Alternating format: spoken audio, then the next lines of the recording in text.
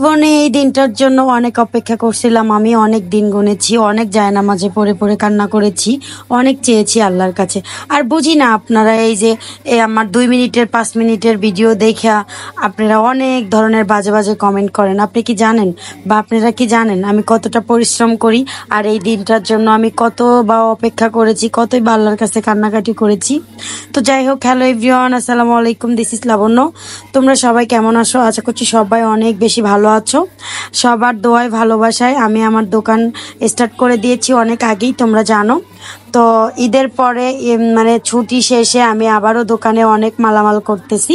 তো সেইগুলাই তোমাদের সঙ্গে শেয়ার করার ট্রাই করতেছি। বাজারে গিয়েছিলাম, দোকানে যা যা লাগে সব কিছু নিয়ে এসেছি।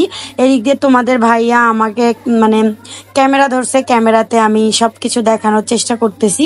যাই হোক, তোমরা আমি বুঝি না কেন তোমরা আমাকে এত বাজে কমেন্ট করো। আমি কি একদমই মানে ভালো ভিডিও দেই না? আর তোমরা যদি দেখতেই ইচ্ছে না হয় তোমাদের, আমার ভিডিও তোমরা দেখো না। আর তোমরা দেখি আমার ভিডিওতে বেশি কমেন্ট করো না কেন? আমি কি সবার মতো করে ভিডিও করি না? আমি কি এতটাই বাজেভাবে ভিডিও করি বা আমার ভিডিওগুলো কি একটুও ভালো লাগে না? আচ্ছা যাই হোক, কে কোথায় থেকে আমার ভিডিওগুলো দেখছো অবশ্যই জানাবে কমেন্ট করে, অবশ্যই শেয়ার করে, ঠিক আছে? তো যে যে যেখান থেকে দেখো না কেন কমেন্ট করে অবশ্যই জানাবে।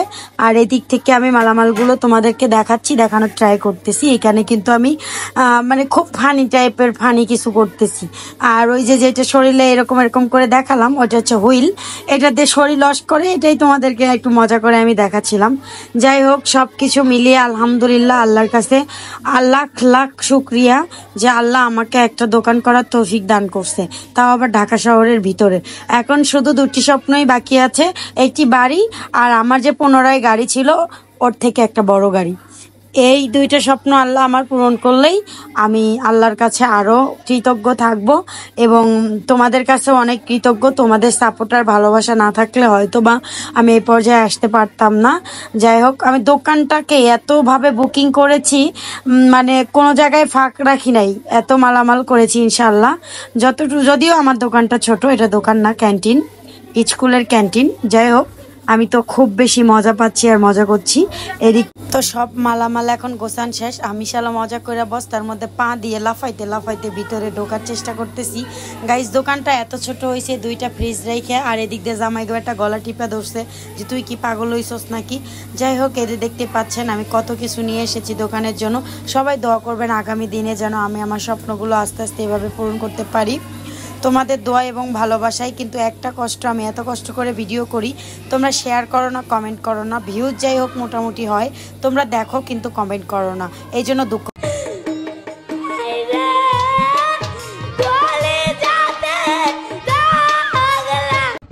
তো এই জায়গায় আমি স্প্রিট নিয়ে অনেক বেশি মজা করতেছিলাম, আর জামাইও তো সেই দিক থেকে দেখতে হাসতে হাসতে সে শেষ।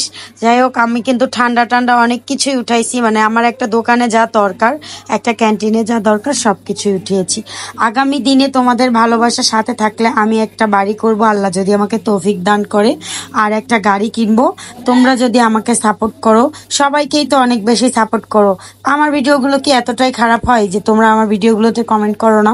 আর আমি এত খাটো জামাইরে কইতাছি, তুমি আমার টাইনে ধরে লম্বা বানাইতে পারো না, দুঃখের বিষয় গাইস, এরকম করে তারে কইতাছি। যাই হোক, সবকিছু মিলিয়ে আমি অনেক বেশি ভালো আছি। আশা করছি তোমরাও অনেক বেশি ভালো থাকো, বিশেষ করে প্রবাসী ভাইয়েরা, বাংলাদেশি ভাইয়েরা যে যেখান থেকে আমার ভিডিওগুলো দেখো, অবশ্যই ভালো ভালো মন্তব্য করে কমেন্ট করবে এবং জানাবে কি ধরনের ভিডিও তোমরা দেখতে চাও। আর তোমার দোয়ায় ভালোবাসায় দোকানটা দিয়ে আমি অনেক বেশি হ্যাপি। অনেক পরিশ্রম করতে ভালো লাগতেছে, এখন প্রতিদিন যে পরিশ্রমটা করতেছি সবকিছু করার পরেও কেন জানি অনেক বেশি ভালো লাগা কাজ করতেছে। আর সেই সাথে যদি আরো 5 ওয়াক্ত নামাজ পড়া যায়, মনটা আরো ফ্রেশ হয়ে যায়। যাই হোক, সবকিছু মিলিয়ে কিন্তু আল্লাহ আমাকে অনেক ভালো রেখেছে।